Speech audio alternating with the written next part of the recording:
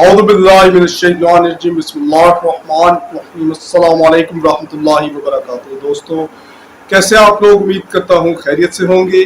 دوستو آج ٹائپیکیشن کی دوسری قسط ہے اور پہلی قسط میں ہم نے دیکھا کہ ٹائپنگ کس طرح سے ہمارے لیے کارآمد ہو سکتی ہے، آپ کو ایک سکسیس سٹوری بھی دکھائی تھی، اور آج ہم لوگ یہ جانیں گے کہ ٹائپنگ کے لیے سب سے زیادہ اہم کیا ہے۔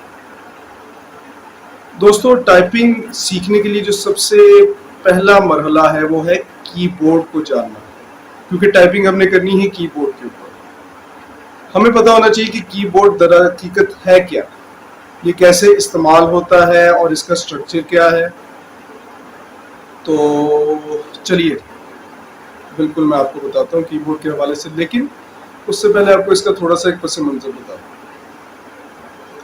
دوستو آپ کو اس چیز کا بخوبی علم ہوگا کہ 18ویں اور 19ویں صدی میں یورپ کے اندر صنعتی ترقی ہوئی تھی، انڈسٹریل ریولوشن، جس میں قوت، جو انسانی قوت ہے اس کا استعمال جو ہے کم کیا گیا اور مشینیں ایجاد کی گئی، تاکہ جو یہ کام، انسانی قوت بھی کم ہو جائے گی اور اس سے کام کی رفتار بھی تیز ہو جائے گی اور کام بہتر طریقے سے سر انجام دیا جا سکے گا۔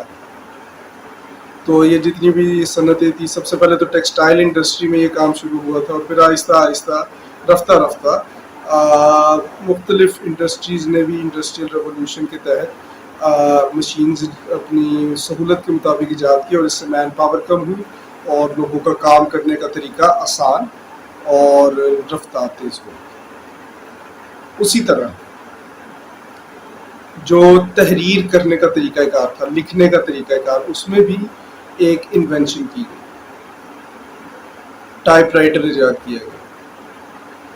ٹائپ رائٹر ایک ایسی مشین ہے جس میں آپ، جب اس میں بٹنز بنے ہوتے ہیں، بٹن آپ اس پہ ٹائپ کرتے ہیں تو اس میں پیپر انہوں نے انسرٹ کیا ہوتا ہے، یعنی کہ جب آپ ٹائپ کریں گے بٹنز تو پیپر، اس میں سے پیپر پر وہ ورڈز جو ہیں وہ لکھے جاتے ہیں اور وہ پھر آٹومیٹکلی وہ پرنٹ ہوتے رہتا ہے، وہ پیپر جو ہے وہ ٹائپ رائٹر کے اندر سے پرنٹ ہوتا رہتا ہے۔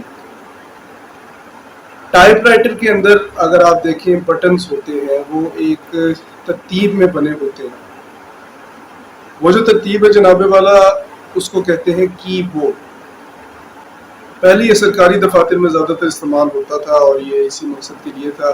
آہستہ آہستہ اس کی مقبولیت بڑھ گئی کیونکہ اس میں پہلے کاغذ قلم پہ محتاجی تھی، اور جیسے ہی یہ ٹائپ رائٹر آیا، کی بورڈ آیا، تو ٹائپ رائٹر کی وجہ سے لوگوں کے لیے لکھنا اور آسان ہوا۔ کافی مقبول رہا ٹائپ رائٹر، تقریباً 100-150 سال تک تو کافی اچھا چلتا رہا، حتیٰ کہ میں نے بھی اپنے بچپن میں ٹائپ رائٹر استعمال کیا ہے۔ اب اتنا استعمال نہیں ہے، بس وہ کچھ لوگ جو کلاسیکی علم سے محبت کرتے ہیں، جو جن کو ٹائپ رائٹر سے محبت ہے، وہ ضرور اسے استعمال کرتے ہیں، اگرچہ زیادہ تر لوگ اب اسے نہیں کرتے۔ آج تو آپ کو پتہ ہے کی بورڈ آپ کے پاس، آپ کے موبائل فون میں بھی ہوتا ہے۔ تو یہ چیزیں تھیں، اور پھر جب 20ویں صدی میں پرسنل کمپیوٹرز آنا شروع ہوئے، پی سی جس کو کہتے ہیں، جو ڈیسک ٹاپ ہوتا ہے، وہ آنا شروع ہوئے، ان کی ایجاد شروع ہوئی، تو اس کے بعد کیا ہوا کہ ایک الگ سے کی بورڈ ایجاد کیا گیا، ایک ان پٹ ڈیوائس، ایک ہارڈ ویئر ایجاد کیا گیا۔